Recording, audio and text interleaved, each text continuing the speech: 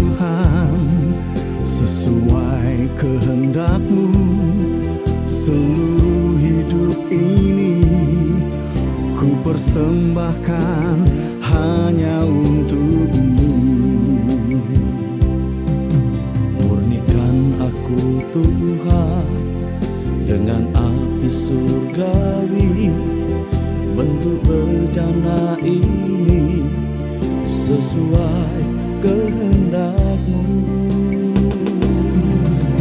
Lebih dari emas, lebih dari permata, Kau aku berharga di mata-Mu, Yesus. Agung dan mulia panggilan surgawi, menjadi terang kasih-Mu, Tuhan. Dari emas, lebih dari permata, Kau aku berharga di mata-Mu, Yesus. Agung dan mulia panggilan surgawi, menjadi terang kasih-Mu, Tuhan. Menjadi terang kasih-Mu, Tuhan. Menjadi terang kasih-Mu, Tuhan.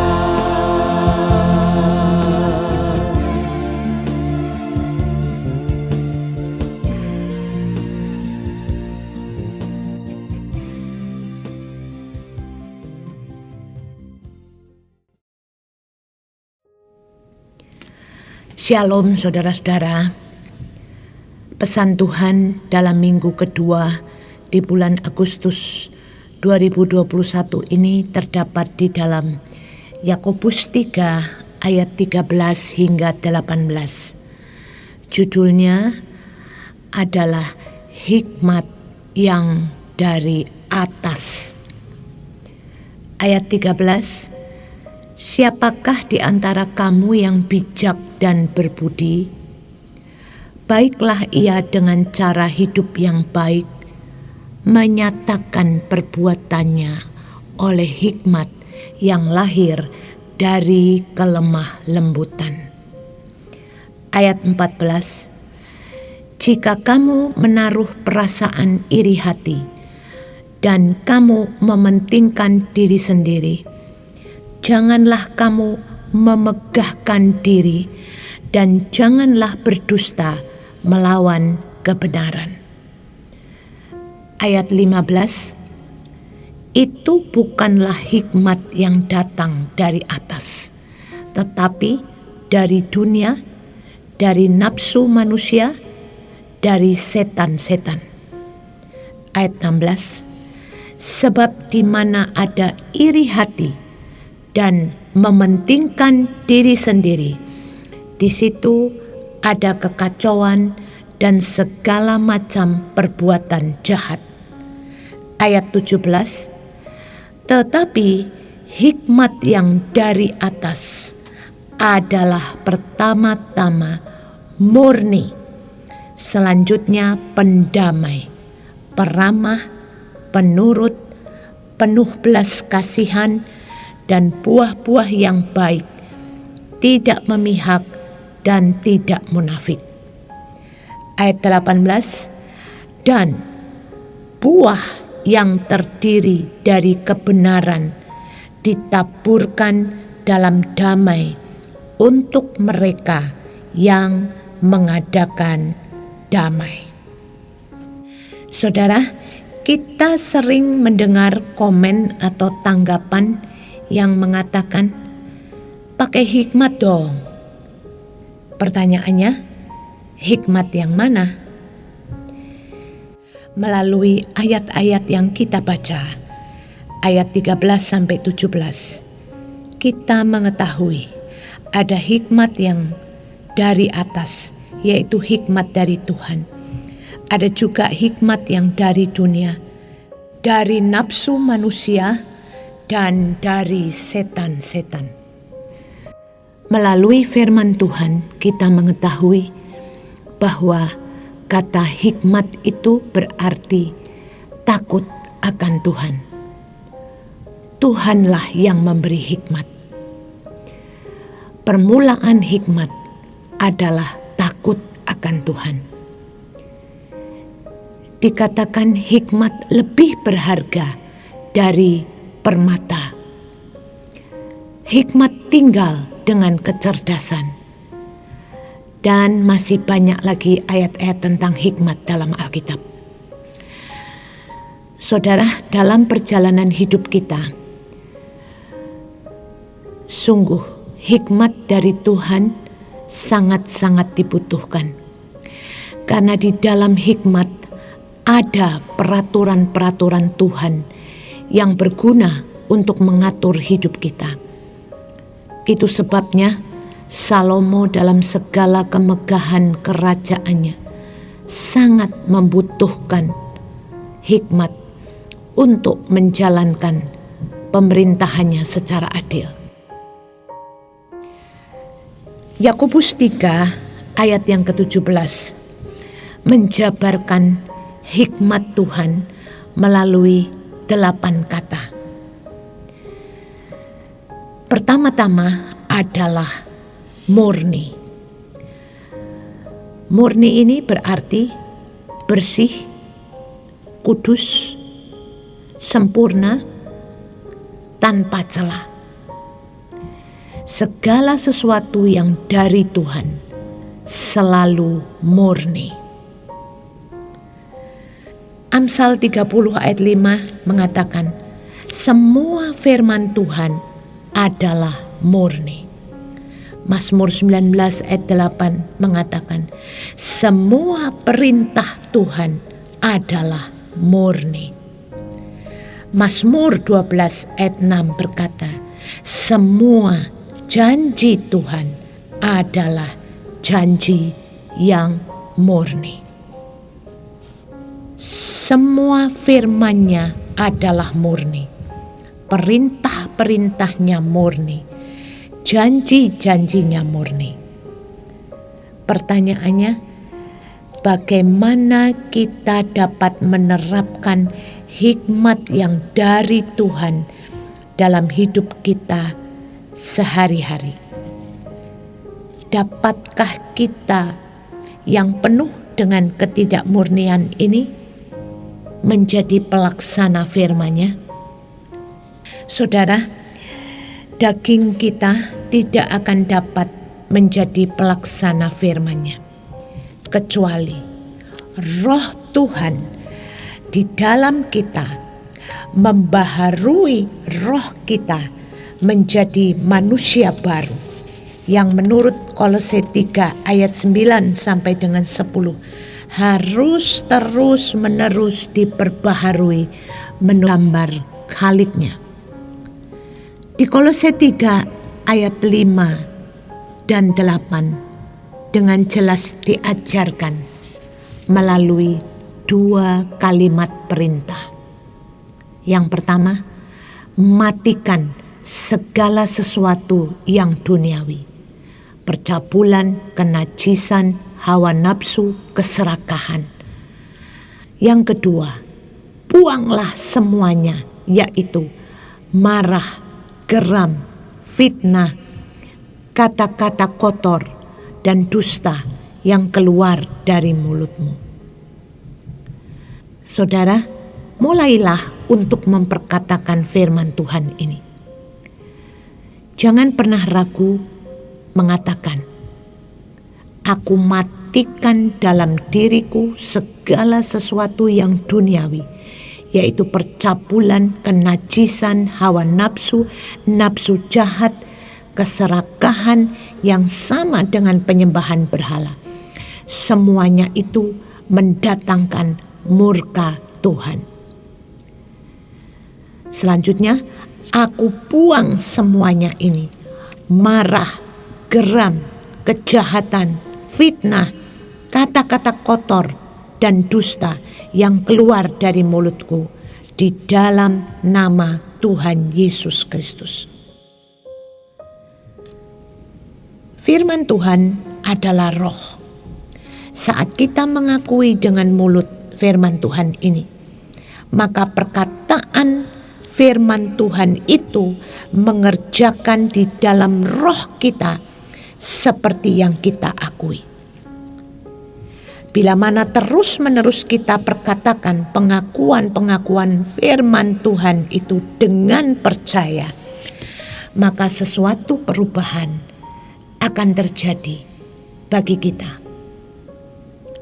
Selanjutnya, bagaimana kita dapat menerapkan hikmat-Nya dalam hidup kita?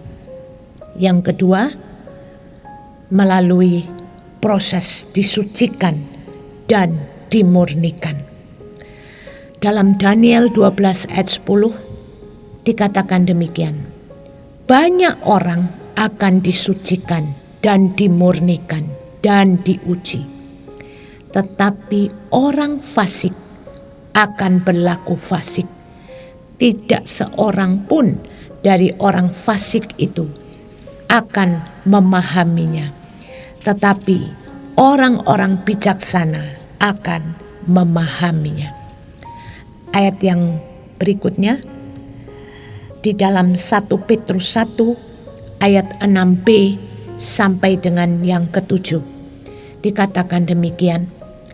Kamu seketika harus berduka cita oleh berbagai-bagai pencobaan. Ayat 7, maksud semuanya itu ialah untuk membuktikan kemurnian imanmu yang jauh lebih tinggi nilainya daripada emas yang fana, yang diuji kemurniannya dengan api, sehingga kamu memperoleh puji-pujian dan kemuliaan dan kehormatan pada hari Yesus Kristus menyatakan dirinya. Melalui kedua ayat tersebut, kita memahami bahwa kita tidak bisa menghindari ujian dalam kehidupan kita, yaitu proses disucikan, dimurnikan, seperti yang digambarkan dalam Mazmur 66 ayat yang ke-10. Demikian bunyinya. Sebab Engkau telah menguji kami, ya Allah, telah memurnikan kami seperti orang memurnikan perak. Engkau telah membawa kami ke dalam jaring, mengenakan beban pada pinggang kami. Engkau telah membiarkan orang-orang melintasi kepala kami. Kami telah menempuh api dan air, tetapi Engkau telah mengeluarkan kami sehingga bebas. Ayat 10 dari Mazmur 66 ini merupakan proses memurnikan perak.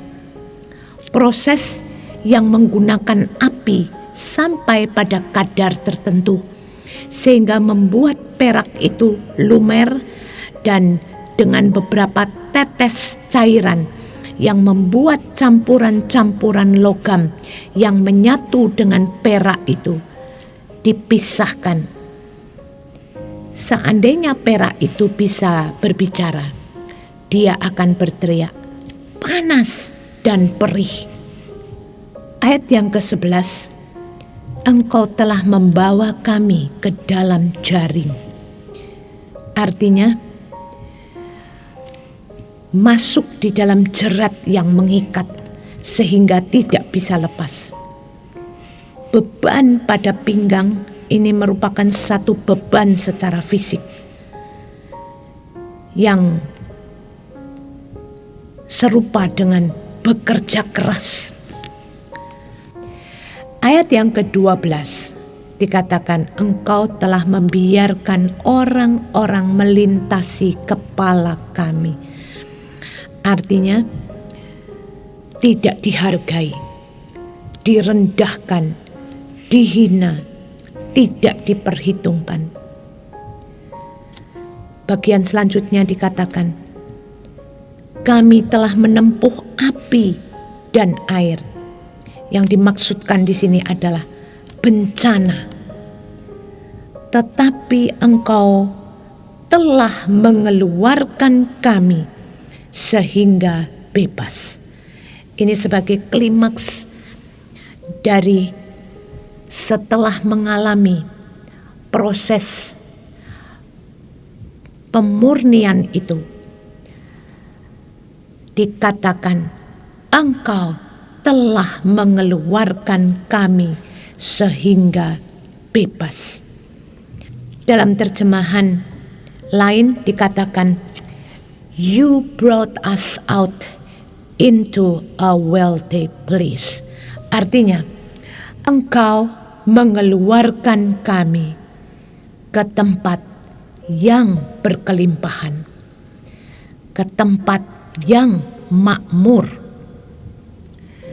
Saudara, sebaik apapun kehidupan kita, proses disucikan, dimurnikan harus kita jalani untuk membuktikan kemurnian iman kita, sehingga kita memperoleh puji-pujian, kemuliaan, dan kehormatan pada saat Kristus menyatakan dirinya. Saudara, firman Tuhan di minggu ini mengingatkan kita untuk menghadapi semua situasi dan kondisi yang ada, bukan dengan hikmat kita, tapi dengan hikmat dari Tuhan yang adalah murni, yang justru melalui situasi dan kondisi yang ada ini hendak memurnikan iman kita. Hikmat Tuhan yang murni hanya bisa dijalani oleh orang-orang yang mau dimurnikan imannya dari waktu ke waktu. Semakin dimurnikan, maka semakin kita dimampukan untuk mengikuti hikmat yang dari Tuhan, agar kita dilayakan menerima kemuliaan yang disediakan bagi kita.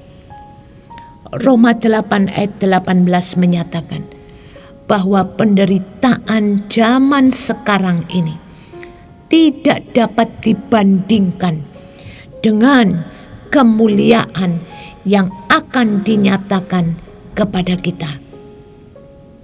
Mari tetap kuat dengan melihat segala sesuatu yang harus dihadapi dengan terang firman Tuhan.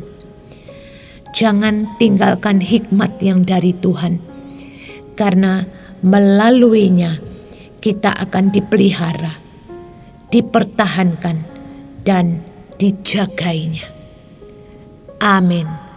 Tuhan Yesus Kristus memberkati.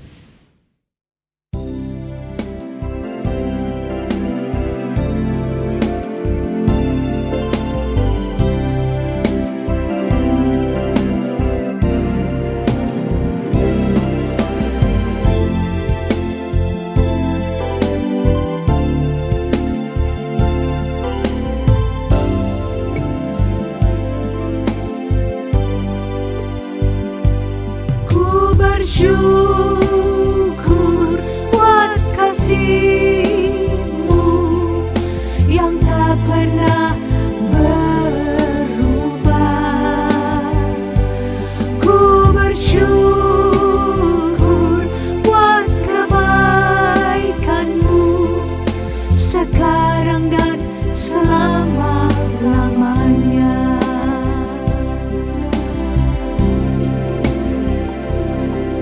Jika aku berada dalam kesesakan, Engkau mempertahankan hidupku ini, dan tangan kanan-Mu menyelamatkan aku Yesus akan menyelesaikan bagiku.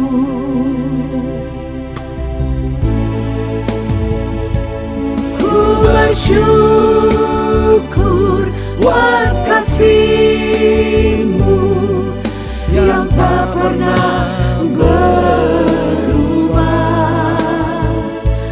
Ku bersyukur buat kebaikan-Mu sekarang dan selama-lamanya. Dan tangan kanan-Mu menyelamatkan aku. Yesus akan menyelesaikan bagiku. Dan tangan kanan-Mu menyelamatkan aku. Yesus akan menyelesaikan bagiku.